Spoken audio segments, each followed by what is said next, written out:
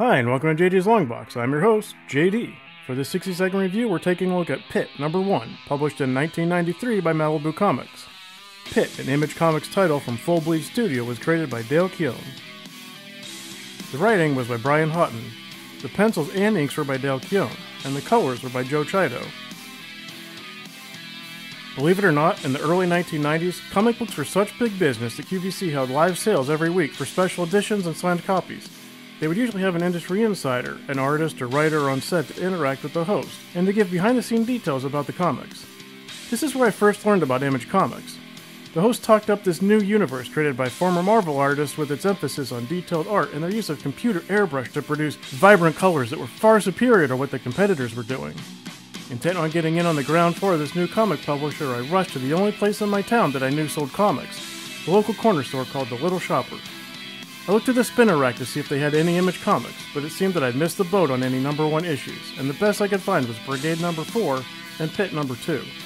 And Pitt really was the standout. I mean, come on, look at that cover. This thing was great. It was filled with action and this hulking, brutal hero that looked even more menacing than his Marvel counterpart. But I never did get to read the first issue, until now. While digging through the back issues at We Can Be Heroes comic shop at their new location in Canoga Park, California, I found a hidden gem when I pulled out Pitt #1. The first 11 pages are Pitt tearing apart a biker gang in its glorious comic book violence. The second half of the book focuses on the supporting characters, a group of police detectives trying to unravel what's been happening in their city, Timmy Bracken who awakes from a nightmare and seems to know that Pitt is out there, and finally the sinister aliens that are pulling Pitt's strings. The pencil work is incredible, exploding with imagination, and there's a surprising level of storytelling on display. The panel layouts add to the sense of motion, and Keown keeps things moving with giant splash pages, and then packs the smaller panels full of information, crowding the composition with characters and background details. Keown's crisscross hatching and rough and raw inks are the perfect fit for such a savage character, more so even than the inks on the following issues supplied by Jim Rubenstein and Scott Williams that come off much smoother. The color palette is vibrant. While sometimes the chaos can blend together to look muddy, in most places Joe Chiodo has good separation and a level of shading and highlights not seen in mainstream books at the time.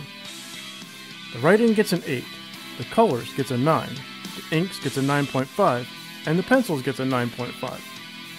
This adds up to a 90%. So is this book worth the 30-year wait? Absolutely. The over-the-top art and the promise of out-of-this-world adventure represents the best of what the first wave of Image Comics brought us. I hope you liked this 60-second review. Be sure to like and subscribe, and then check out some of my other videos. If you like the high-octane image art style, then check out my review of Brass. And if you want even more detailed art, then check out the work of Jeff Darrow in Hard Boiled. Until next time, I'm JD, and this box is closed.